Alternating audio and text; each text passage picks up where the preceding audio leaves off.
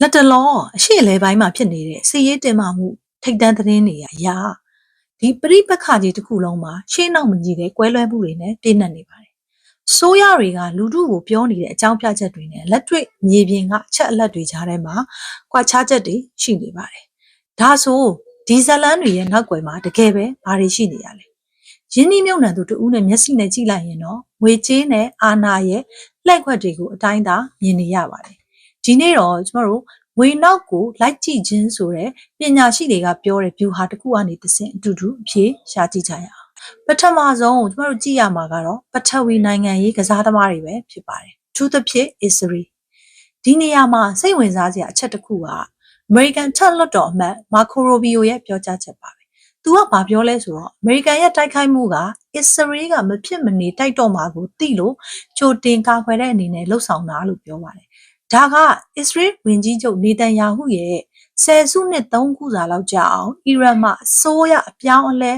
ဖြစ်ဖို့အတွက်ကိုစိတ်ရှည်လက်ရှည်စောင့်ဆိုင်းခဲ့တဲ့ရလဒ်လို့တောင်ဆိုလို့ရပါတယ်။ဆိုလိုတာကဒီစစ်ပွဲကရုတ်တရက်ပောက်ကွဲလာတာမျိုးမဟုတ်ပဲနှစ်ပေါင်းများစွာကြိုတင်ပြင်ဆင်ထားတဲ့ဇာညွှန်းတစ်ခုအတိုင်းကပြနေတာမျိုးပါ။ဒုတိယတစ်ချက်ကတော့ပိုပြီးတော့မှလက်တွေ့ကျတဲ့စီးပွားရေးဖြတ်တောက်မှုပါပဲ။ဟော်မုတ်ရေလက်ကြားအကြောင်းတွေးမိမှာပါကမ္ဘာရေနံတင်ပို့မှုရဲ့20%ကျော်ဖြတ်တန်းသွားလာနေတဲ့ဒီရေလမ်းကြောင်းကအရှိအလဲပိုင်းရဲ့အသက်သွေးကြောပါပဲဒီနေရာမှာပြိပက္ခဖြစ်လို့ဒီလမ်းကြောင်းပိတ်သွားပြီဆိုရင်ရေနံဈေးတွေကတစ်စီကိုဒေါ်လာ100ကျော်လောက်ထိကိုဒုံးပြန်လို့ထိုးတက်သွားမှာပါ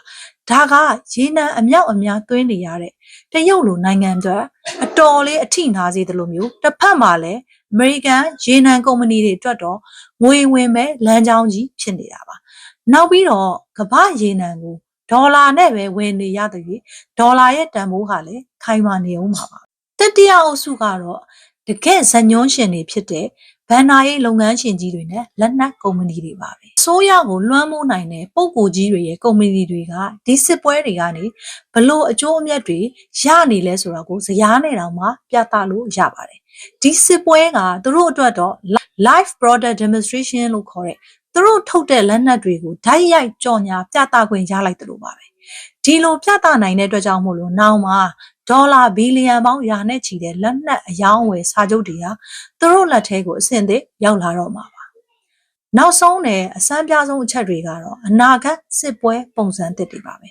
အမေရိကန်စစ်တပ်ကအခုဆိုရင် AI နည်းပညာရှင်တွေကိုသူတို့နဲ့ပူးပေါင်းဖို့ for example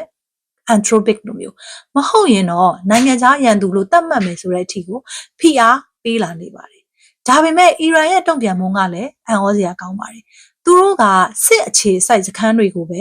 ဘုံကျဲယုံမကဘဲနဲ့ digital ကဘာကိုအဓိကထောက်ပံ့ပေးနေတဲ့ AWS လို့ cloud data center တွေကိုလည်းပြစ်မှတ်ထားလာနေပါတယ်ဒါကကြည်စံနေထက်ပိုပြီးတော့မှကြောက်စရာကောင်းတဲ့ digital စစ်ပွဲကြီးတစ်ခုစတင်နေပြီဆိုတာကိုလည်းပြသလိုက်တာပါအနှစ်ချုပ်ပြောရမယ်ဆိုရင်တော့ဒီတင်းမာမှုတွေအားလုံးရဲ့နောက်ဆုံးပန်းနိုင်ကတော့ကမ္ဘာလုံးဆိုင်ရာဘဏ္ဍာရေးထိန်းချုပ်မှုကွန်ရက်တစ်ခုကိုတည်ဆောက်ဖို့စ조사နေတဲ့အမေရိကန်ပါပဲအားလုံးပဲအောင်မြင်ပျော်ရွှင်တဲ့ investor များဖြစ်နိုင်ကြပါစေကျေးဇူးများတင်ပါတယ်ရှင်